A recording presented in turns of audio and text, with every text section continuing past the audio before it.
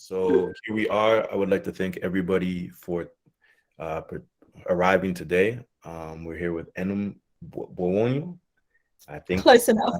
Yeah.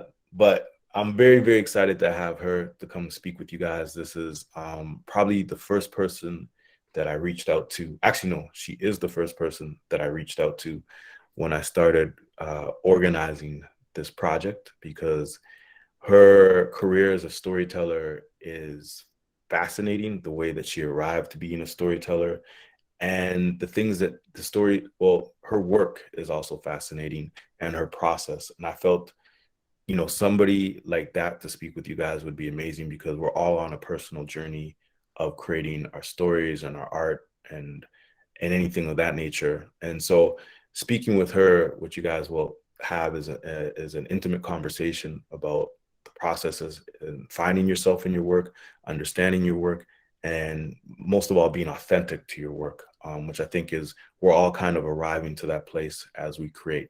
So without further ado, Enam, the floor is yours. Thank you. So I prepared some slides, so I will just share my screen.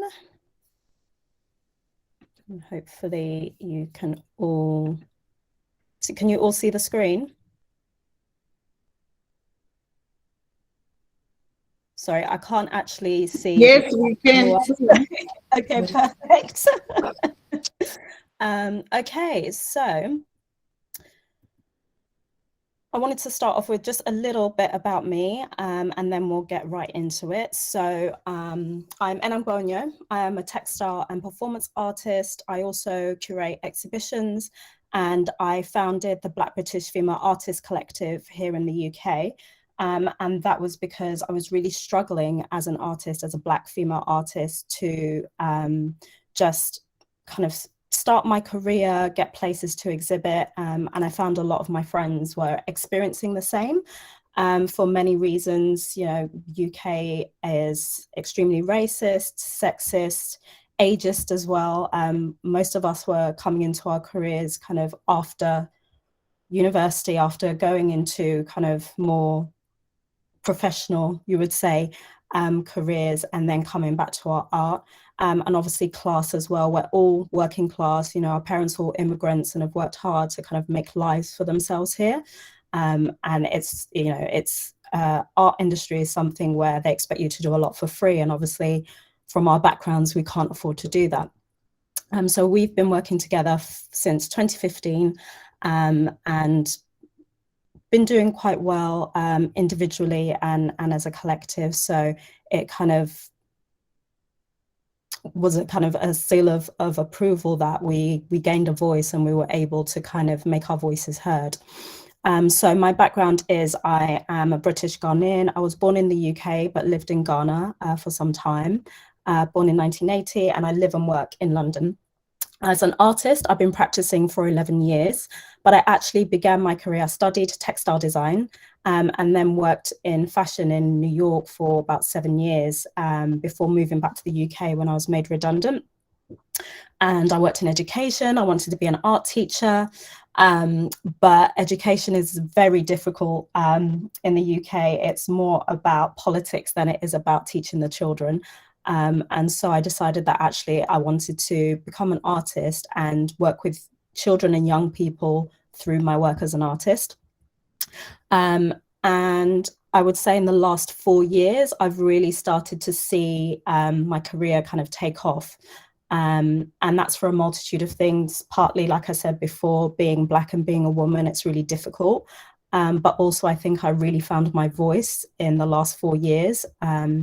And my authentic voice, which is what this is all about. So let's get into the process of how I go about kind of telling these authentic stories. So I come to my work from a very kind of spiritual place. And as we talk, you'll see that my work is very intertwined with my own journey as a person kind of growing into who I am, kind of getting more comfortable with my identity and my essence and my being. And so that kind of underpins my work in every way. So from journaling, I use journaling techniques a lot in my practice, especially when it comes to the performance side. And I also try to come to it from a very mindful place, because a lot of the work is about healing and energy. So I use a lot of meditation, and that's intentionally kind of, you know, making time to meditate, but also just through the making, like making with your hands is very meditative. So it's a great way of kind of being in that place of being, you know, one with your thoughts and kind of trying to find clarity. And then also through visualization. I think as an artist, people are always interested as to how you kind of come up with these ideas. And it is very much just, you know, sometimes it's a happy accident, sometimes it's just thought process, and the meditation kind of makes you arrive at certain ideas. And it's also just that visualization of what you know, when you start a piece, what you kind of dream it to be. And sometimes it ends up being that, and sometimes it takes its own journey. And so that's why letting it all happen organically is also really important. And I think that's the importance of the authenticity of it as well, when you let it happen organically. Sound and music are also really important in my work, especially in the performance side. And also just, you know, in the studio when I'm working, I always have music, kind of a mixture of music depending on where I'm feeling, what I'm feeling at the time. But it's very much part of my practice. And I think I'd had at the bottom, life imitates art and vice versa, because like I said at the beginning, my work and my journey as a human being are very kind of interlinked. And so in terms of my actual practice as an artist, my work investigates identity, Blackness, my womanhood, and more widely humanity. I think I've always been interested in nature, in spirituality, and how as human beings all of these things are interlinked, but we've kind of moved so far away from that, especially in this technological age, and we've kind of become so distanced from natural life and how we kind of used to live off the earth and in harmony with the earth. And, you know, this is the place we live, this is our host. And, you know, we're seeing more and more in the news how, because of how we've been living as if, you know, there's no consequence, there's so many issues now arriving in, you know, within the environment, and also just in how we relate with each other. As I said before, my work is really around spirituality and healing, and I really advocate that because I think craft is one of the things that really has the power to help heal and to connect more on a spiritual plane. So the processes I use are knitting, weaving, embroidery, and then screen printing and painting. And all of these are done by hand because for me, when I'm talking about this idea of spirituality and healing through craft, it's very much about making with your own hands than using machine. And so it was quite recently that I kind of made the connection that ancestrally my tribe, so I'm from the Ewe tribe in Ghana, and kind of some of our kind of main or core kind of activities in the community were weaving, performing, and storytelling. And there's this really beautiful myth about the fact that we were taught to weave by spiders, which I find interesting because I was really obsessed with spiders for a long time, and some of my work at university was kind of recreating spider webs with knitted fabric. And overall, my work is about trying to deliver the collective consciousness, so, you know, the community, to a place of awareness, and specifically the Black community, because we've endured so much over the centuries, and that has had such a huge traumatic effect on us individually and as a community. And so bringing us to a place of awakening, understanding, and kind of healing is what the work is about. And I really kind of go from the standpoint of Sankofa, which is kind of like this Ghanaian proverb about looking back to move forward. And I think that's so essential in your individual journey as a person, kind of looking back to those past wounds that you haven't yet kind of healed from. And until you heal from those wounds, you won't be able to move forward. And that's the same as, you know, our global community, the fact that, especially here in Britain, they kind of tend to hide or brush all their empirical history under the carpet as if it never happened and they had nothing to do with it. And not understanding that it's all of that history that underpins the racism that still exists today. And with my performance, it's all about kind of creating artworks during the performance in front of the live audience, or activating. When I say activating, it's that I've already made an artwork and I'm using it in the performance in some way. A lot of the time the works are ephemeral, so I make them in that moment and then break them down, so it's very transient. And I think that's quite special because life is very transient, so it's this thing of you experience it in that moment and then it's gone. I usually pair it with music, like I was saying before, or some kind of audio element, and the idea is that you're kind of engaging all the senses in that way as well. And it's about creating these life spaces of healing, like I said, aimed primarily at Black women, because, you know, we are the mothers, we bring life into the world. And so a lot gets passed down through generations in that way. It's about kind of creating this channel, this portal to the ancestors, to create this space to commune with them and learn from them, and in that way hope to heal. And I really love working with performance because it's a really kind of intimate way to tell stories. And it's a really powerful and engaging way of telling stories. And I found that there was so much I could say through performance that I can't say from my actual artwork. It's interesting as well because you'll see when we go through the slides, but there's a real interesting relationship between the space and the architecture of the places where I perform and how that relates to my body. And as well as all of that, for me, it's been such an amazing space to grow and to learn about myself.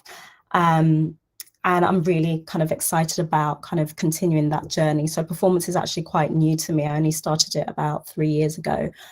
So it's challenging, but I'm really enjoying that journey. And so I wanted to start, when we're talking about storytelling, about kind of developing that story, that narrative. Where does it kind of, you know, start from? And for me, it started with research. So I wanted to talk about this series of work that I've been working on since 2016, Nude Me Under the Skin. And with that, I'm working with tights, like pantyhose. And partly because my background is textiles, I like working with materials that are, you know, not the usual thing. And I thought tights were really interesting because they stretch a lot. This piece behind me is all made from tights, and it's just interesting because they kind of stretch and pull, and you can do all sorts of crazy things with them. But more so, it was because kind of growing up in the UK in the cold, I've always had to wear tights in the winter. But not until recently, I could never find tights to match my skin tone. So as a Black woman, I'd always wear black tights. And I started thinking about how just with something so simple as a pair of tights, I was made to feel othered, or like I'm not worthy enough of having tights that match my skin tone. You know, I go into the shop and all the new tights are for white women. And so I wanted to kind of look at the history of that and the history of this clothing and see how that history kind of connected or crossed over with the history of Black women through the ages. And so I started looking at the advertising of the 1920s because it was really sexualized. Tights have always had this kind of link with sexuality because, well, mostly because it's, you know, the white man that works in advertising, and they, you know, create these ads for their own benefit more so than it is for the woman. But I also wanted to see where Black people may have been included in those spaces. And I wasn't surprised to see there wasn't much, but where I did find it, it was always very kind of racist. I don't know if you can see this image in the middle here with the 4 Black children, I'm presuming probably slave children, and the title of the tights, or the brand tights, are called Onyx Black Hosiery, and underneath the tagline is "because they never change color." So finding things like that was just really kind of important for the kind of beginning of this story and this research. But I also look at the empire and slavery, especially because, I'm born in Britain, I'm British, trying to kind of uncover all of these hidden histories. So people like this gentleman here, whose portrait hangs in the National Gallery, which is one of the biggest kind of galleries in the United Kingdom, and they hold him up as like one of the British gents, but they don't say that his all his wealth that he gained was from slavery, from owning plantations, from owning shares in the trading companies that were trading slaves.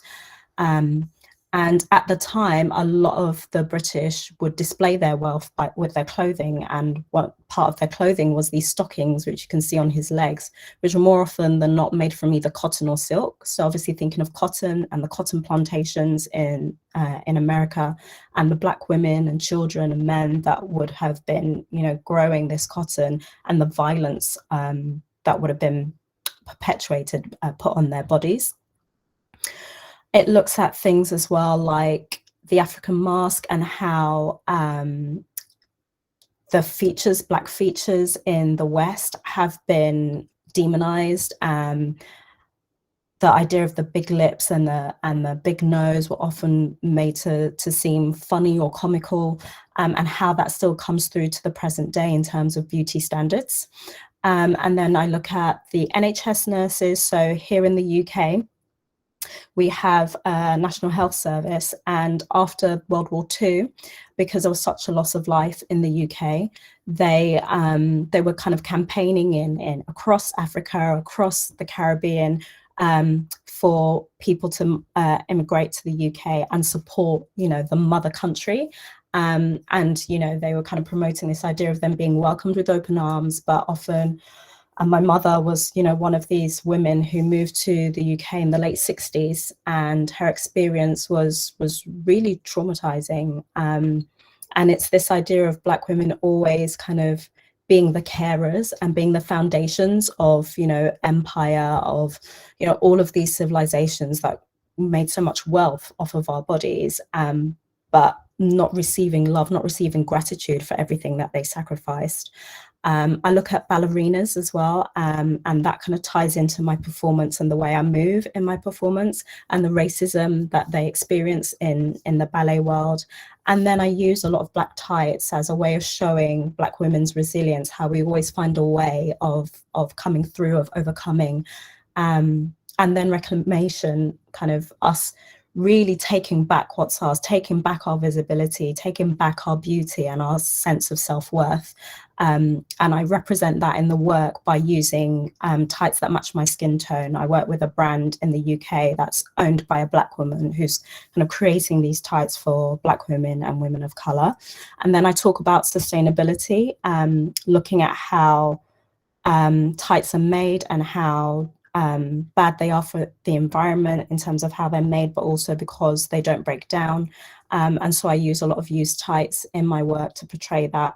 But more widely, it's thinking about how in the West we create all the waste, and much of it impacts the global South. So it impacts Africa, it impacts India, whether it's the factories where they're being treated really poorly and not being paid well enough, and having to work in these really harmful environments where they're inhaling damaging gases and that kind of thing, to waste colonization, the fact that the West sends so much of their waste to Africa, and you have these kind of dumps full of like clothing and old computers, and how harmful that is for the environments that people back home are living in, and having to live amongst all of that waste. So that was kind of the starting point. And then I was kind of thinking about how I could, through that artwork, talk about all of those things and relay all of these messages that I was researching. And so one of the kind of key pieces that started a lot of the work for me was this doll that I found at this museum in London called the Victoria and Albert Museum. And it's a doll that was owned by a family who were descendants of this diarist Samuel Pepys, who is kind of really like renowned. He's held up as like one of the greats of the British Empire because he was this diarist that kind of documented everything that happened in the kind of the late 18th century.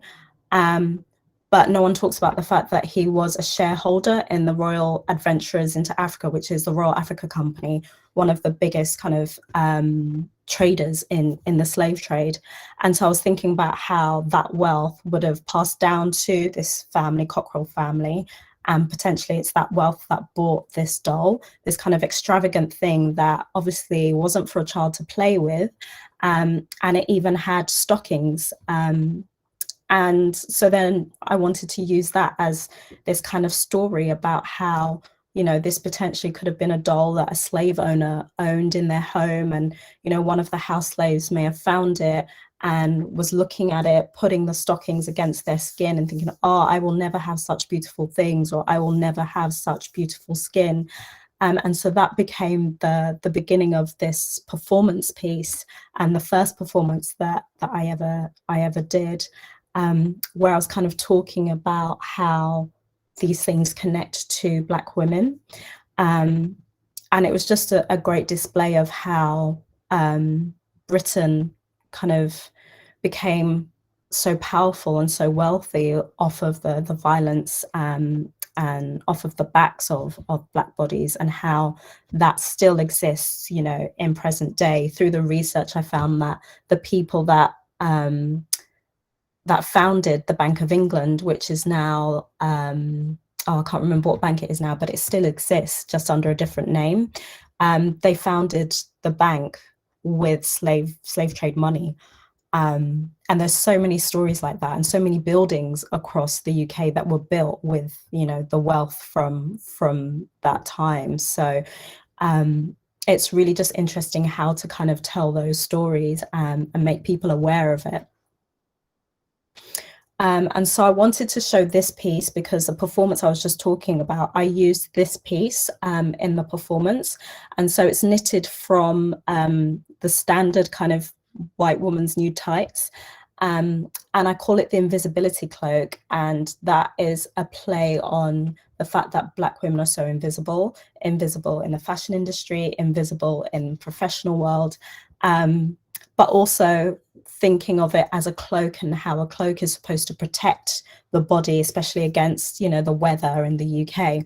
And so in the performance, I start the performance by cloaking myself in this cloak. And in the audio, which I hope you will listen to, the audio monologue, I talk about, you know, kind of shielding myself from this bitter, bitter cold.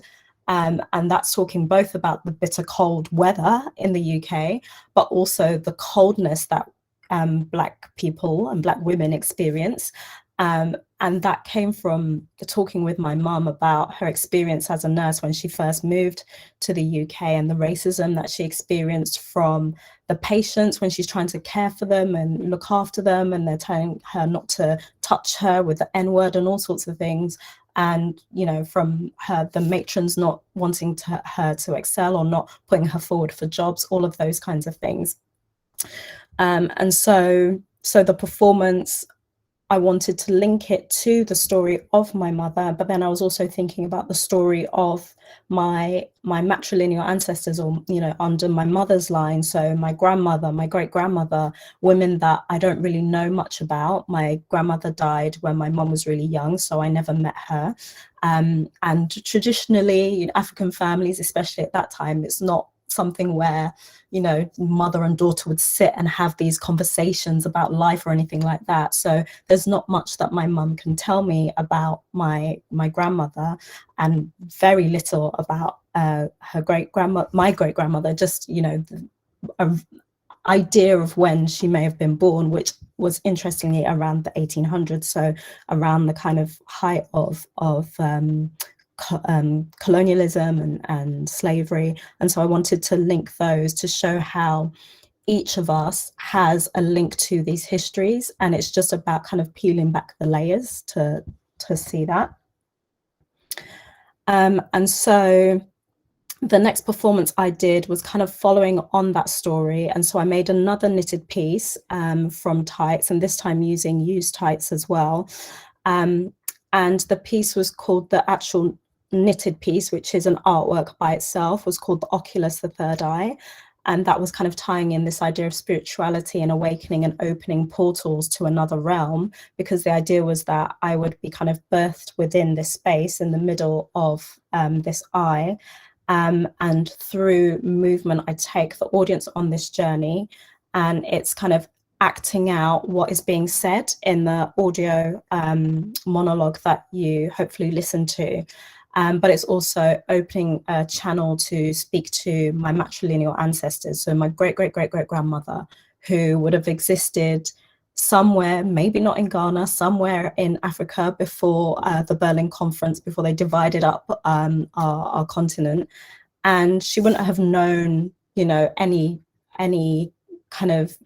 idea of blackness. She just was. She wasn't, you know, she didn't know white and black. So how would she have walked the earth? How would she have, you know, held herself? You know, she would have had so much more self-worth and value because she doesn't know anything but herself. And I wanted to kind of bring that forward into the present as a way of kind of healing both myself and the community, really. And so through the performance, I use the tights. You can see in the background picture, it's kind of wrapped around my arm, and it kind of shows the tension and the bondage that we've experienced. But I also like working with the tights because, you know, they are very sensual, and it has this idea of sexuality. And I wanted to talk about how Black women's bodies have been overtly sexualized as well, and how this idea of the nude Black woman is always very sexual. This idea that we're just sexual beings, when, you know, this idea of kind of demonizing us in that way. And so the performance is always kind of about taking that back, reclaiming it, reclaiming our bodies for ourselves. And, you know, it's exploring our invisibility in the West. And that's shown through me wearing this kind of nude performance wear. So it's as if I am, you know, I'm nude. And yeah, and just kind of, again, like I said, that idea of looking back to move forward, looking back to the ancestors to learn and bring that forward through healing. And in the hopes of repairing that generational trauma that not only impacts us and our mental health, but impacts our health in our physical bodies as well.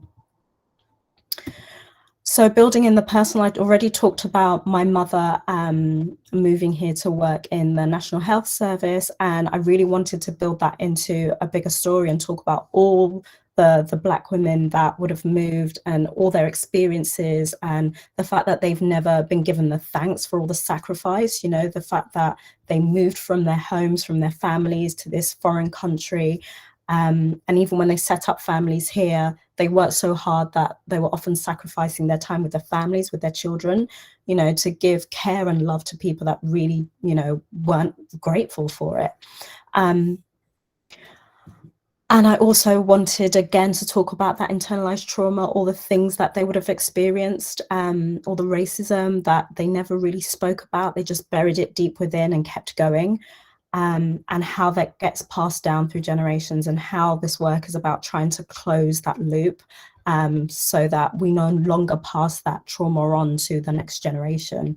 And so I was thinking about the tights, that the nurses, they had to wear tights as part of their uniform. And of course, definitely then they couldn't find tights to match their skin tone. You can see the picture in the middle is my mum, and you can see the tights look so different to her skin tone. And so I was just thinking about how even in their uniform, they're made to feel lesser. But then I also started thinking about how the tights are material, and so therefore their energy, and how they can absorb energy as well. So this idea of them absorbing the emotions, absorbing the experiences of a person wearing them, and so they can tell their story. So that was also a reason for using the black tights, because it was this idea that they could tell the stories for them.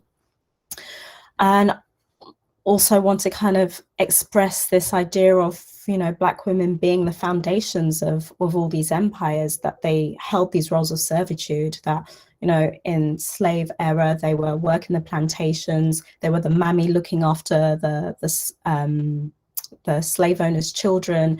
They were always come from this place of care, always give so much and don't necessarily get it back. It also linked to the Windrush scandal, which is something that's happened here in the UK. So all the people that came across around the 40s, they're kind of titled the Windrush generation, because the Windrush was the first ship that landed in the UK, bringing immigrants from the Caribbean. But now recently they've been saying that they've been deporting these people back to the UK. So it's almost like, you know, we have no use for you anymore, so off you go back to where you came from. But the problem is that a lot of the people they're deporting came to the UK when they were children, and so they don't know anything but the UK. So it's been a huge thing here. And also I started thinking about the brain drain from Africa and the Caribbean. I think of, you know, people like my mother who came up under Kwame Nkrumah, and thinking about all those people that, being inspired by him, what could they have done for Ghana if they had stayed, but they all moved. And so, you know, part of the issues that we still have across many of our countries in Africa is because of all these people that moved away, that could have potentially been really pivotal in changing the landscape of our countries in Africa.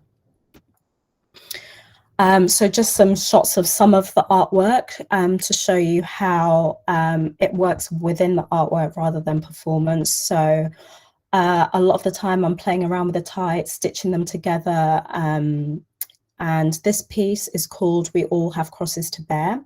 And it's because the actual frame has a huge cross in the middle. And I was thinking about, when you think of like the story of Jesus Christ carrying the cross and that idea of burden, and thinking of it in relation to Black women and that burden that they carry, the pain, the abuse. And so the tights also become a way of showing that pain and how we've endured. So you can see that there's these holes that I burn into the tights, and then I use embroidery to kind of stitch over the top. And the embroidery is supposed to kind of evoke the vessels, the blood vessels under the skin. And so it's this idea that, you know, the life force, the blood that is pumped through our body, the vessels that exist underneath the skin, every human being has, no matter what your skin color. And so the idea is it's kind of bringing that to the front to remind people that underneath it all, we're all the same, but also that we're exactly the same as plant life. When you look at a leaf, they have the same kind of vein structure that's pumping their life force, which is oxygen, through them.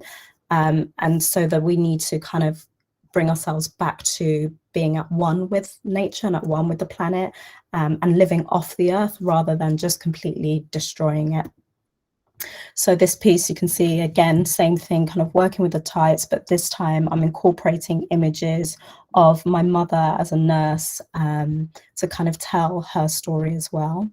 And then this piece, so I did a performance where I kind of did a call and asked people to send their images, so that I could send their images of their mothers or aunts or themselves as nurses in that era, the 40s through to the 80s. And I worked on each of them. And with these ones, I wanted to use skin tone colors that match kind of Black women's skin tones. And I also wanted to think about healing more with these works, kind of healing these women that gave so much to us. And so I started using gold metallic paint over the top, because gold is known for its healing properties. And so these are some images of the performance I did, which was really kind of giving thanks to the Black women nurses. It was done during the pandemic, so I had to do it at home in my garden. But for me, the work was about kind of weaving their stories back into British history and really kind of cementing everything that they gave to Great Britain, and sharing their stories and their experiences of racism that people would never have heard. And at the time, it was really relevant because we had a lot of kind of key workers. So key workers are basically the people that worked in the hospitals, the nurses. They were being put forward into the COVID wards, even if they didn't work in those wards. And we were seeing a lot of Black key workers and people of color dying because they were being pushed to the forefront of the COVID wards. So with the performance, as ever, I was using movement, and this time I was actually using these kind of little kind of photographs, but then I was also narrating the stories of these women. So I'd asked each of them to give me some kind of anecdotes, some little stories about their experiences, and then I kind of narrated them. And because this was a live stream, it meant that there was a much bigger audience than when I do a performance in front of, actually in front of people. So for me, I thought it was just a really powerful way of telling their stories to a bigger kind of number of people. And it was really interesting because this is when I started thinking about how my work relates to space. Because I was in my garden, so there was a lot of kind of nature around me, but as I was performing, kind of birds were flying overhead, so you'd hear these birds chirping. So it just really made this kind of really beautiful, natural kind of conversation between nature and this performance, and this idea of kind of providing healing through that. And like I said before, this was an ephemeral work, so I just made it for this performance, and then I broke it all down, and then I actually sent the artwork images to the women that donated the images and their stories as a way of thanking them for their contribution. So as I was just talking about place and space, I wanted to talk about how that impacts my performance. So this is a performance I did at Christie's, which is an auction house that was founded back in 1766. So again, kind of at the height of slave trade. So you can imagine that this is probably, an institution that has a lot of kind of history and links to the slave trade. It's not somewhere that is very open to the Black community. And so with this performance, one, I wanted to get as many Black people into the space. You can kind of see in the audience, there's quite a few, but also I really wanted it to be about us taking up space, because we often are made to feel like we're not welcome in these spaces. So for me, this performance specifically was about us taking up space because we have every right to, because our ancestors built these buildings, built these foundations, built this wealth. And so we have every right to exist and be and reclaim those as our own. And so with the actual performance, it was a rite of passage. It was a way of kind of giving thanks to these Black tights that we've always had to wear because we had nothing else. But knowing that now we have these tights that are for us, that validate us, that make us feel worthy. And so it's about leaving the past behind. And so I wanted to use a mirror because I thought, women, we're always looking at the mirror, looking at ourselves, are we beautiful, assessing ourselves. So this idea of passing through the mirror as a portal to get to the other side. And through that passage, you gain this confidence in yourself. And it was really interesting because the event was for this Women in the Arts celebration, and all the portraits that were around me in the space I performed in were by these kind of old white men, the masters, as they like to call them, all painting these white women and this idea of the white feminine ideal. And so for me, it was so powerful to be able to take up that space, but also say that actually we are worthy and we are just as beautiful and just as important and have just as strong a voice and a need to be in these spaces. I'll talk very briefly about this performance. It was in Marrakesh. It's the first performance I've done on African soil. So it was really kind of, for me personally, it was just a really beautiful moment. And it continued the journey of the performances I had been doing about awakening and reclaiming. But this time it was about embalming. It was about how we protect the Black woman once she has awakened, once she has found her sense of self and her self-worth, so that, you know, the constant barrage of racism, of degradation doesn't eat away at her again.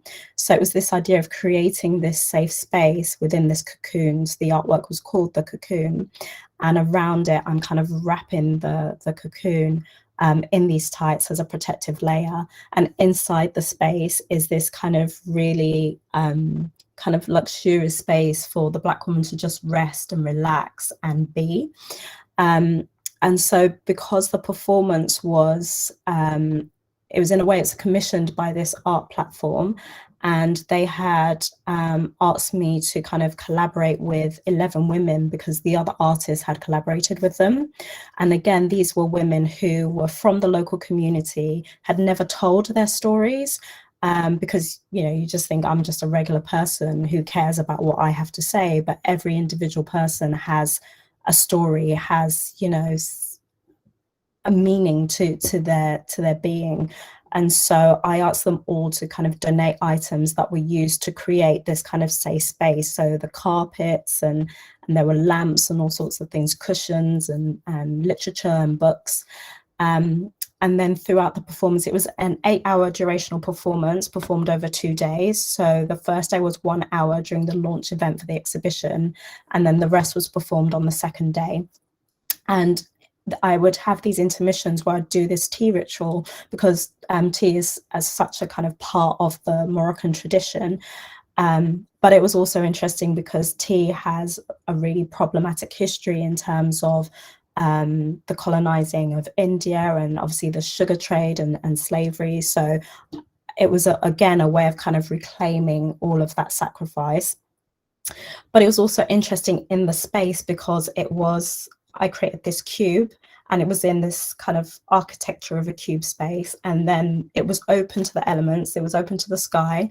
And so again, it's this idea of nature being so kind of prevalent in that space, but also this idea of kind of looking up to the heavens, like during this performance, was really interesting. And then this also the idea of the 4 points of the cube being representations of myself and my mother and my matrilineal ancestors. So at points throughout the performance, I was kind of interacting with these 4 posts, and it was one of the times where I had one of my most kind of prolific moments of thought or of healing, about the fact that as much as I don't know my grandmother, my great-grandmother, I do know their stories because they exist within me, because I am a descendant of them. And so I can channel and harness their power and their strength whenever, you know, I feel low, or I feel like I can't go on, kind of thing. And so I will briefly then show you another performance, which I did it here in the UK in this really old kind of mansion house that was built actually by an American immigrant who wanted to kind of fit in with the British kind of elite. And so they built this incredible house, but it's very much like a kind of a show of empire and of that ridiculous wealth that was spent so lavishly on things. So I'll just play it for you now, and then we'll have a little talk about it after.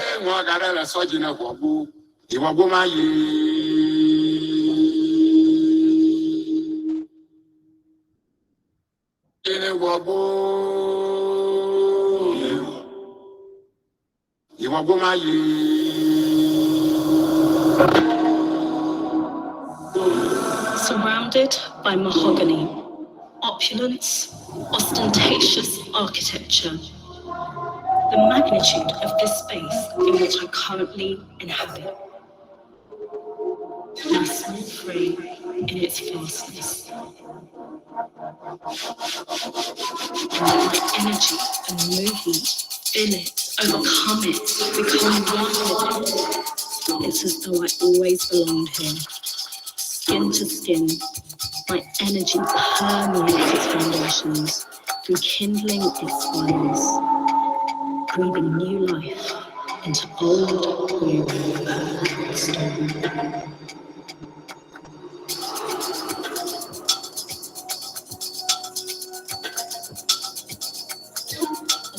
in the light of new life, memories of former existences. A bastion of times gone, an abhorrent age of nations, a lost art.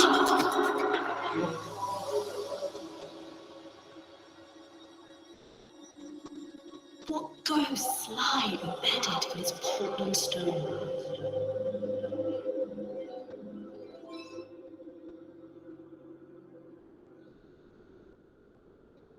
A daughter of immigrants acknowledges her birthright. British socialite, artisan,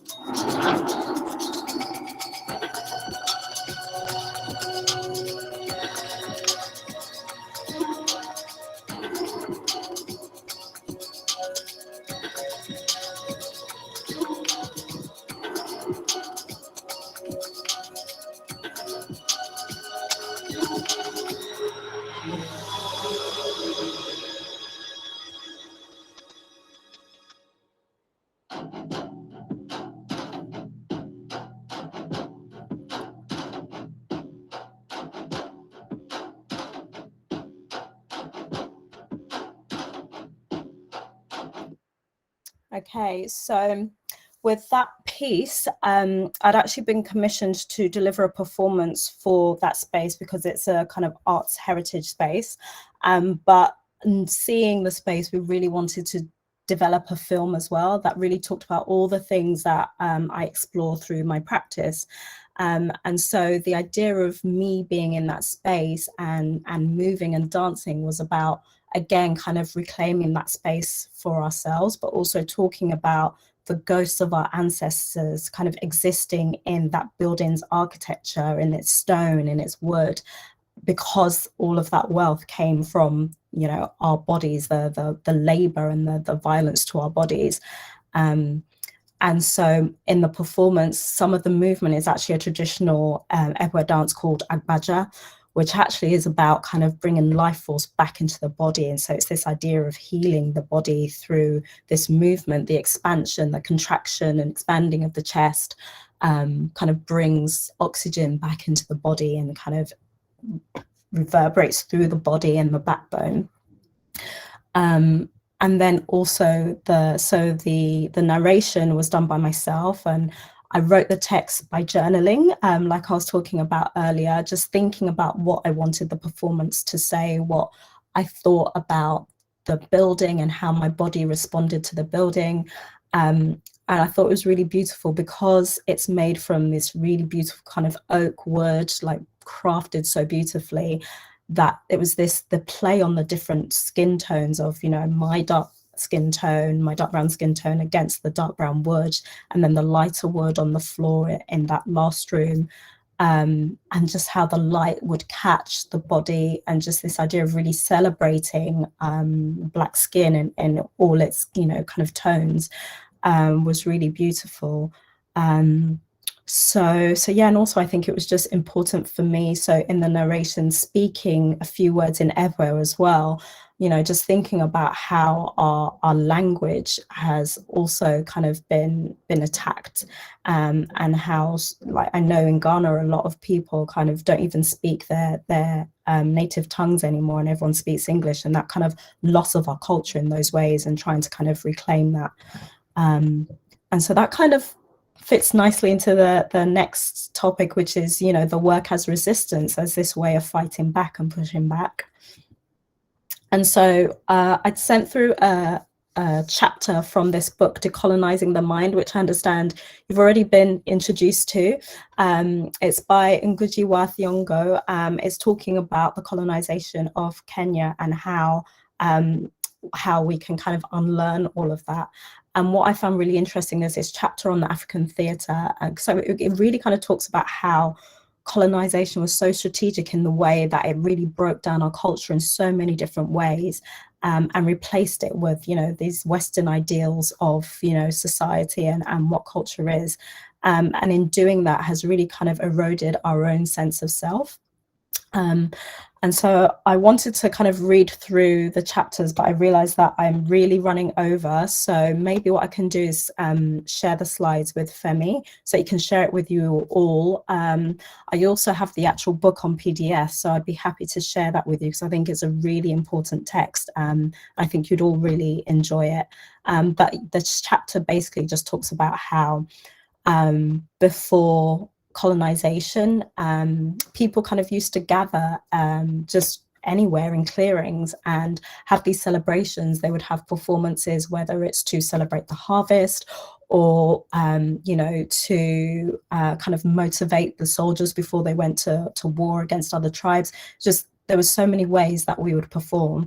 But once colonization came in, it kind of destroyed that idea of performance and created this idea of theatre being this thing that was really kind of, it was about wealth. You know, there were only certain places you could go to see performance, and they were in these grand buildings.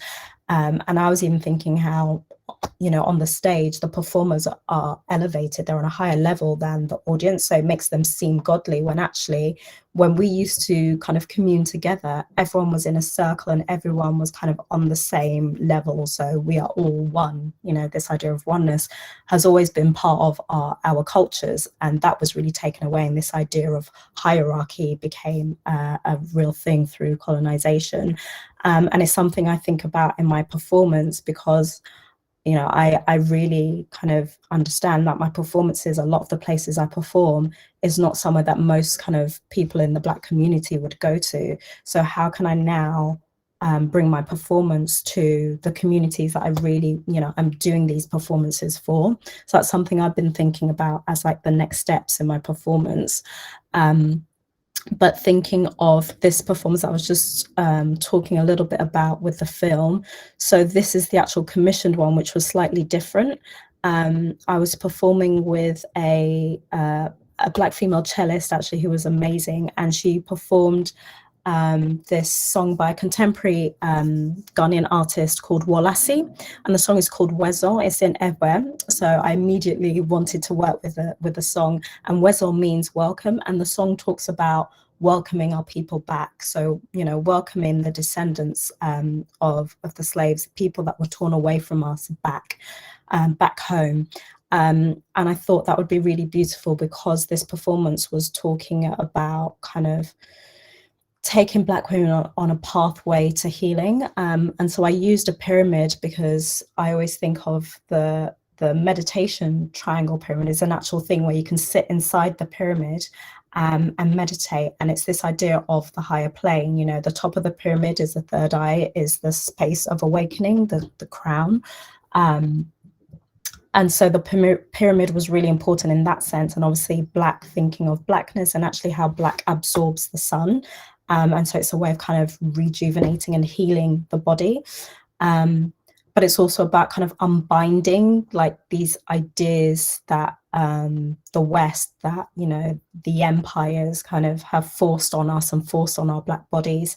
And so that's why doing that performance in that space, which is such a kind of example of empire, was so important.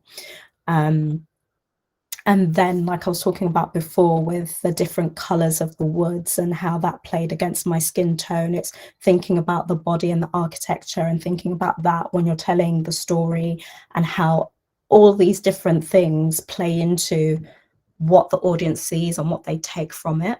And so you start to realize how space is such an important part of the story when it comes to performance. And then this performance was at a museum, museum in London called Tate, which again is very empirical. So Tate is actually founded by the Tate and Lyle Company, which is one of the biggest sugar companies in the UK. They sell all over the world still. Much of the sugar across Africa comes from Tate and Lyle. And obviously that means sugar plantations. That means, again, enslaved Black people. And so it was really interesting to do this performance. So this performance was engaging with work by another Black Ghanaian artist, Lynette Yadumbwache, who paints these really beautiful Black figures just being, just resting. It's not something that I think as Black people we do. We're always working hard and we feel guilty when we rest. And so that became the idea behind the performance of, you know, telling Black people, that's why we called it We Invoke the Black to Rest, that we have every right, that rest is resistance. And what was really interesting with this was, you know, the thinking around, okay, how do I respond to something I've been commissioned to do in my voice, but that also kind of is connected to the artist, because really it's the artist's work that we're celebrating.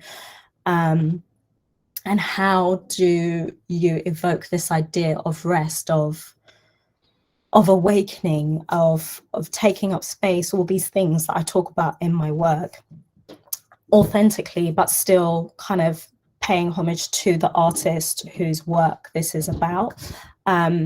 And I was really lucky that the curator was amazing. And she also commissioned Liz Gray, who is the woman in the performance with me with the beautiful feathers on. And she's an amazing, powerful vocalist, really spiritual, really soulful. And she composed a soundscape. We worked with young people on that work with the museum. And so they kind of recorded sounds of them kind of resting, or their rituals before they go to bed and those kinds of things. And she created this soundscape and then she sang over the top. And it was just so powerful and so beautiful. And my movement is always very organic. It's just how I feel in that time, in that moment, responding to the music, responding to the space around me. And it was just a real example of how just working with the right collaborators that really connect with your practice and whose ideas are the same or whose goals are the same in terms of the work that they do can really create something really beautiful. And it's working with the community is something that I try to do a lot, and I do workshops and other things.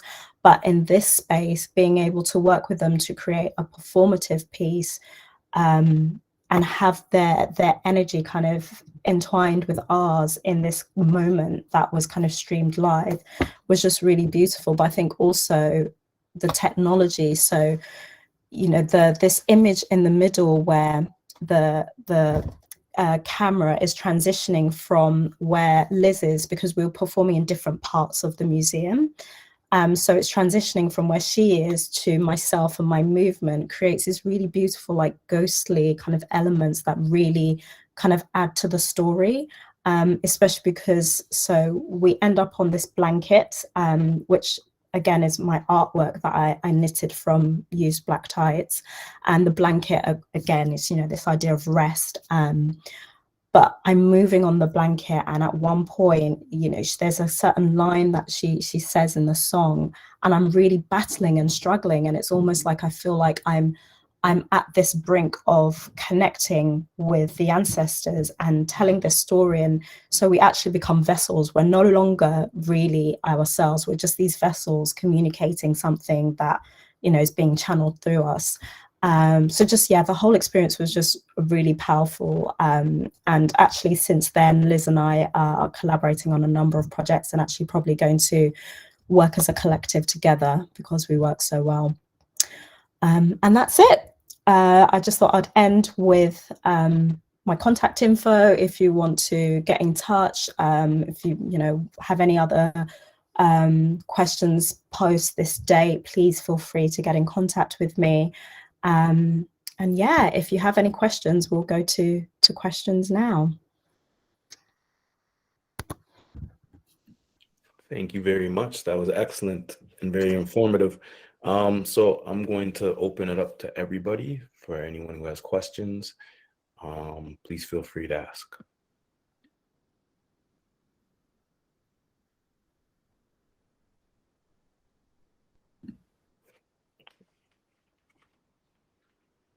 Okay. If not, I think you and I can have a discussion. Yeah. One of the things that I found very interesting, and I think is important with our storytellers, is how you were able to develop so many things from one piece, from one story. Mm. So I found that very, very interesting. Like the story itself is kind of like a tree. So Yeah. you have the story, but so many other things can grow from it. Yeah. So I found that's very, very interesting. Thank you.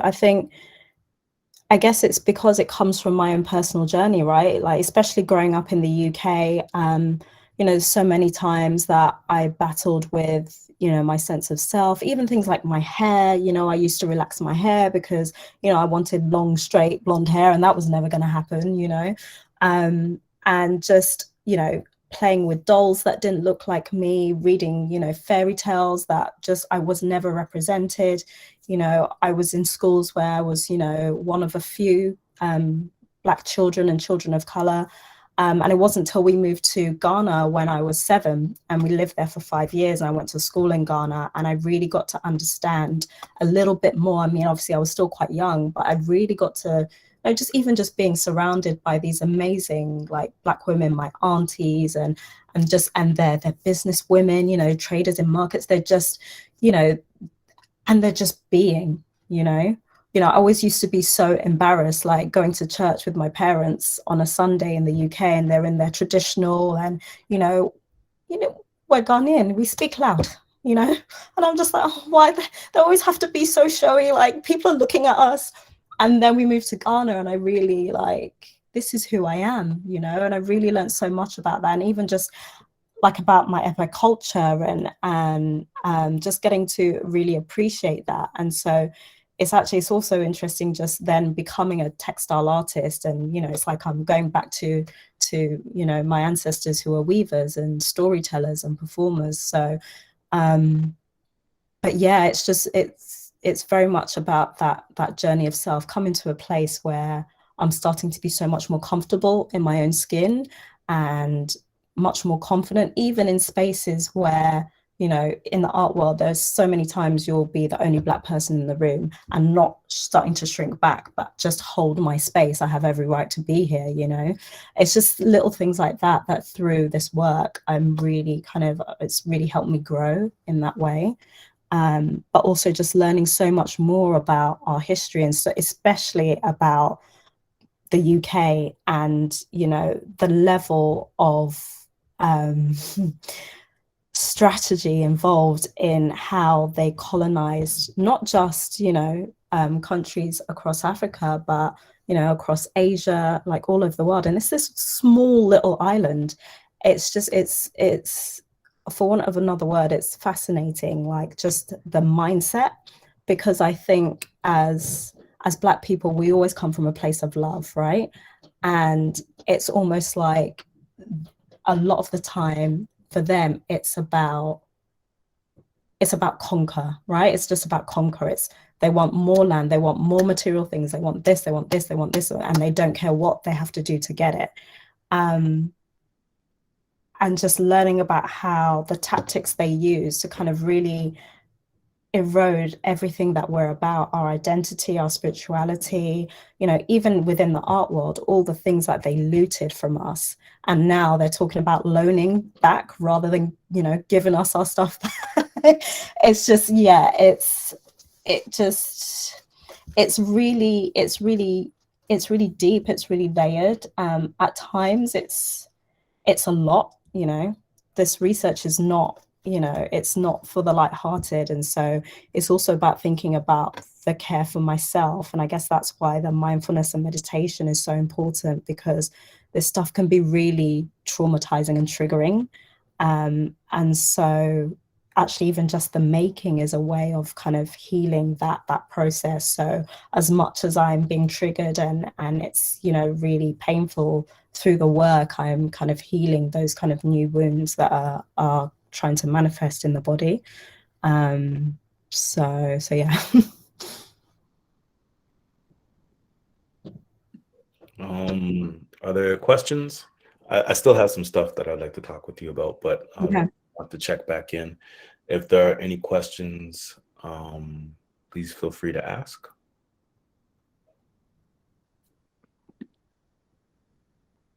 Okay. I think, okay, we have a question. Miss Antonetta, go ahead. I think she's on mute still. It's not a question, really. I would like to commend Enam for her presentation, that in as far as the space for African or Black people, I think we have a long way to go. Yeah. As long as what people see in the media or in pictures is dominated by someone, people would think that person is the superior person. So what you are bringing up is very important. That there was a time when you were showing that dance, and when you showed that exhibition where people were looking at you and you were saying we're claiming the space. And I think this program should actually motivate us to claim this space. Yeah. Talking about hairstyles and color, I don't know whether it's there in Europe or in Canada, but people here tend to especially the teenagers, they will go for fake creams. Yeah. It's all in the media, you look light and this is that. And in the end, one loses identity. Absolutely. So I really like what you are bringing up. Most of young people like you should actually say much about it so that people can appreciate who they are and start feeling good. We also grew up stretching our hair. You would even use a stone to make your hair. But as we grew up, we started noticing, oh, okay, our black hair can develop into locks as well, or you can lock it with rather than to stretch your hair, do this and that. Actually, some people end up having these skin diseases, trying to have this kind of long hair. Yeah. Thank you very much for your contribution, but continue publicizing it, because the young people like you really think what you were saying is the thing. Thank you. Maybe not a question. Does anyone have comments or things that they would like to say to Enam? Yeah. Go ahead. Yeah. Yes. Mine is a comment, though maybe to turn up to be a question later. I understand there is a spiritual link from the great grandmother of Enam. And she is actually able to link with that spiritual domain. Now, my question is, today's youth or today's generation, they view our traditional spiritual domain as something evil. So now, I don't know, how do you manage to play that out with the today's generation? Thank you.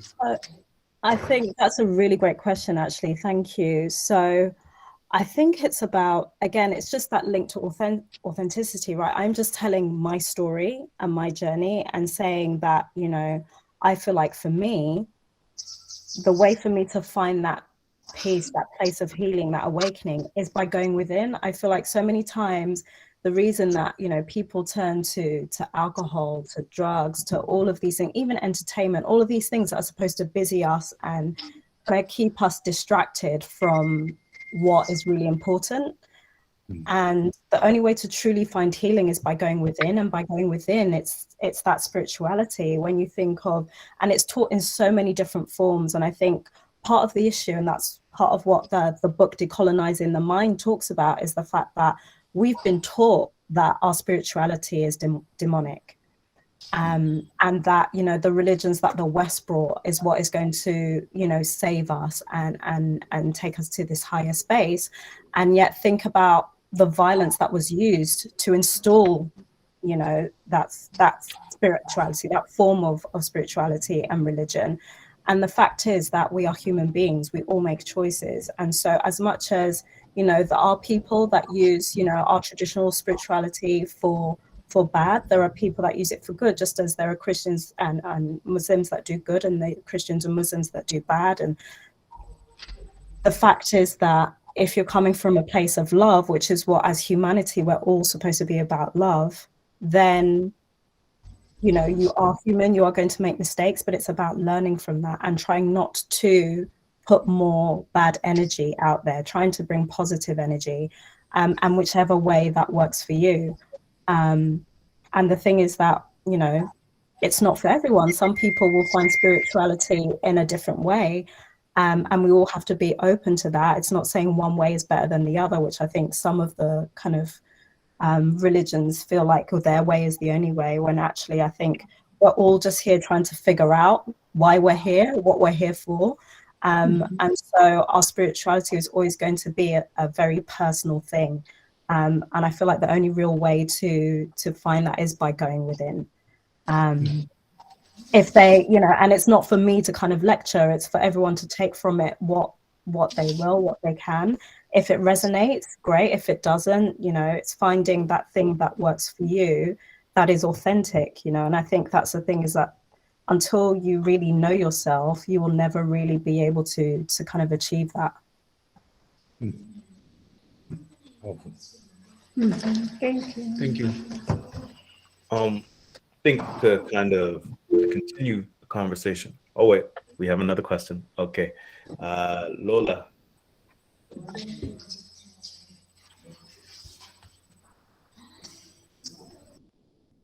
You're on mute, I think, Lola. Good afternoon, all. Hello. Hi. It's not. Wow. It's not actually a question. It's a contribution. I want to applaud. I want to applaud your style of telling your own story. I love you're using nature.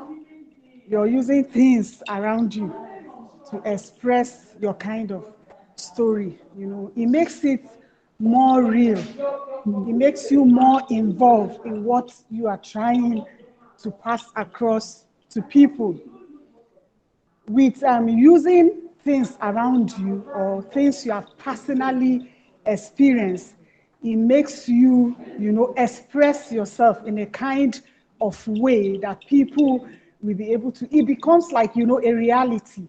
It doesn't look like storytelling again, it becomes more real. And that I actually appreciate from everything you have said. So well done, Enam. Thank We are you. still learning. At the end of the day, we will adopt the style of storytelling we are going to use. Well done. Thank Yeah. you. I think that's a great point. And I think as we see in really this conversation that we're having, and it's ongoing, but it's for you guys to explore. Don't be afraid to explore. And I think the thing that we saw with Ben is that it's something personal. So as you create a story, okay. So sorry, we have a comment. Hold on. From Susan, thanks for your presentation. I really appreciate, and I have adopted. I'm adopting it. So I think that's the key. You know, as you guys are going through this process, the one thing that I took from this is that it's the passion. Feel the connection to your story, and from there, it will open up the possibilities. I think I need some water. Yeah. So yeah, it's very important because all throughout she had a connection to her story, and from that connection came new ideas, and on top of that was the commitment. And so part of it is exploring your story. She chose to do it through research. and placing yourself in the moment of your story. So I think at the beginning when she told us was for meditation, music, journaling. If you want to explain, does everyone know what journaling is? I think maybe we can, if you would like to explain your process of writing down. But every single one of us that is a storyteller has a process of arriving to the story. So the question now is just you guys developing your process. And as she said, there is no right or wrong way to arrive there. It's simply arriving to the moment that you can be your authentic you in your story. Thank you, Femi. Yeah, I'll just go back on to talk about journaling. So it's something that I started to do. Actually, I think it was my brother that told me about it, because it's just a really great way of kind of clearing your mind. And so I used to do it quite, religiously. Every morning I'd wake up and I would just write. It's just streams of consciousness. Whatever you're thinking in that moment, you just start writing. And then it became, it's just when I felt the need to, sometimes you just feel the need to kind of empty your mind of all of those thoughts. And so I would just start writing. And so even the audio monologue, which hopefully you'd listen to before our session, I kind of just started with that, just started writing these kind of ideas. So there's a story about a slave girl, and then there's a story that's kind of linked to what my mother had shared about her experience going to a shop trying to find tights for her nurse's uniform, and then thinking about my own experience as, as a little Black girl trying to understand her Blackness in this really kind of white society, and then how kind of through a long journey, I've started to kind of really understand my sense of self and really appreciate and kind of repair my own ideas of self-worth and being more confident and all of those things. And again, with performance in Two Temple Place, the place that was kind of all crafted in wood, the story, that the kind of, I guess, poetic narration, I don't know what you would call it, was just me sitting there. The film director had said, it needs a voiceover, it needs something to go over your movement and the music. So can you just write something? So I literally just sat with my book and my pen and thought about, what is it that I'm trying to say with this performance when I'm moving, when I'm doing my baja, because, that was something that was, for me, was really important, because again, our dance, they make it seem ritualistic and demonic and all of these things. And I'm like, actually, it's really powerful when you really understand what our movement is about. Just learning that this dance is actually about healing, repairing the body, bringing oxygen back into the body. And we actually used to use it as like a tribal war dance to get ready for, for combat and things, and how powerful that is. And so to do that in that space, there's just something really beautiful about, that would have, no one's ever done that in that space. No one's moved through that building the way I did. And so putting that in words and talking about the history of that space and where that wealth came from, and putting it out there for people who, would have never thought about those links. It's just, I don't know how the audiences, relate to these things when they see it. I just know that I'm telling this story and it's going to impact them whichever way.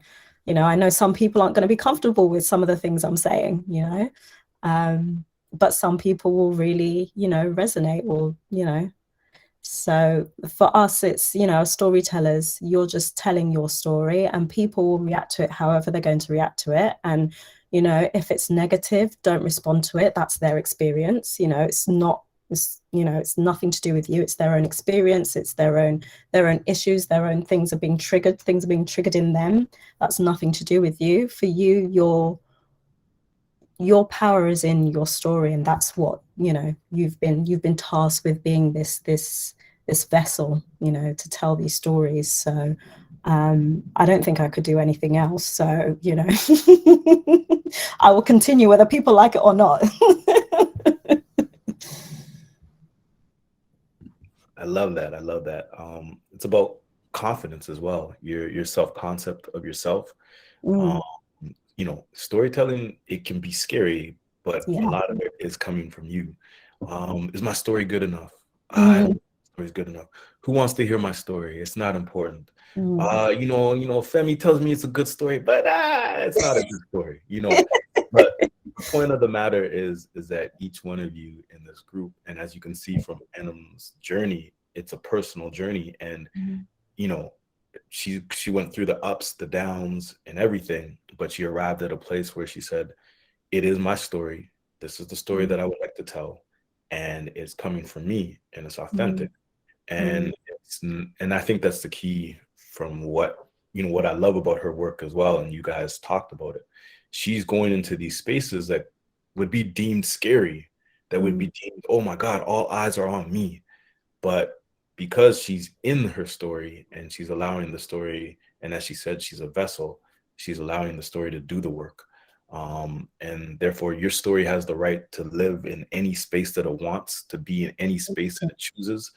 And one of the things we're going to do with your stories is, yes, it's going to start as a written word, but then we're going to explore it and we're going to create it into a podcast. You'll create a video. So already your story is taking different lives, and it will also be interpreted in different ways, which is what we saw with Enam. She took this, what we could call a family story, and she turned it into something else. So that's, I think, the same thing is going to happen with you guys as well. Okay.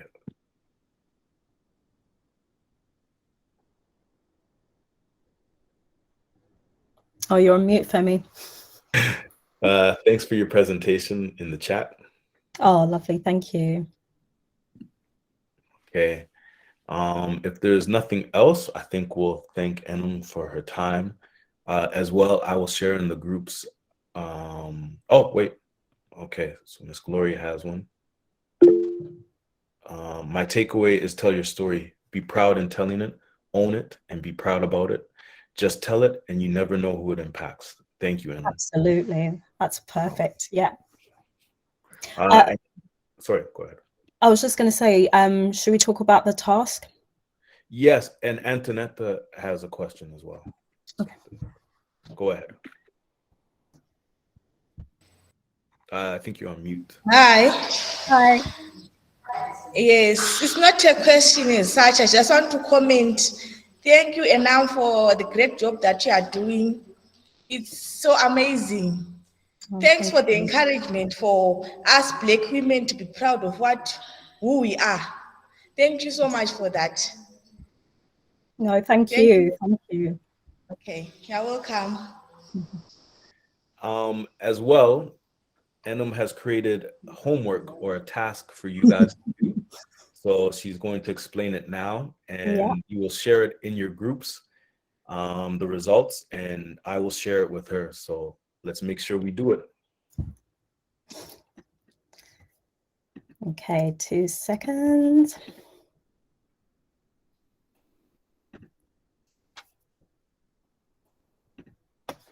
Okay, so the activity is think about what story you want to tell.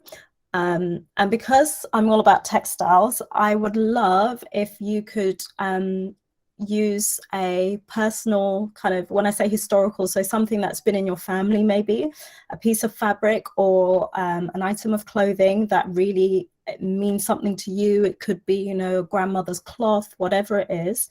And write a story. But for me, I am open to whatever way you want to do this, whether you want to journal something or you want to record a story. So it's something that we listen to, whatever way you want to do it. And just remember the basics of any story, your what, why, when, how, when. And that's it. And absolutely up to you how long you want this story to be. It could be that it's just, it's a memory that this piece of fabric or this clothing triggers in you that you want to share, or whatever this fabric or this clothing kind of inspires in you to write. That's what I'd love for the activity.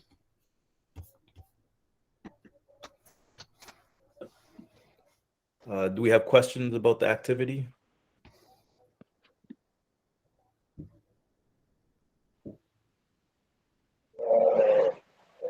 The activity, is it now or homework or what? Homework. Yeah, no, you don't need to do it now. It's homework. Okay. So Femi, I don't know if it would be helpful for me to share the slides for you to share with everyone. I'm happy to do that. Yeah. Yes. So go ahead. I was just going to say, if I will share the PDF of the book I was talking about, Decolonizing the Mind, as well, so you can share it, and anyone that wants to read it has it. Okay. Thank you. Thank you. Okay, so I will share the slide for the homework in the groups, and then you will have the slide, the explanation of the homework. I will place it in the groups, and if you guys have questions, please feel free. So, okay. So thank you very much.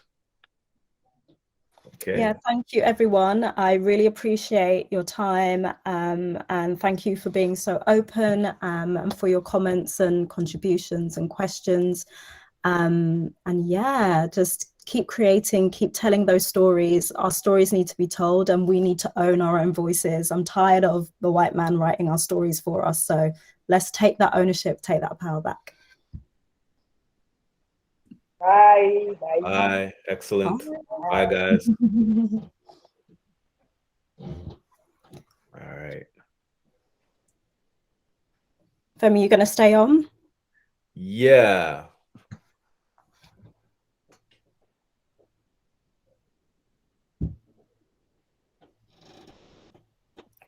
Stop the recording.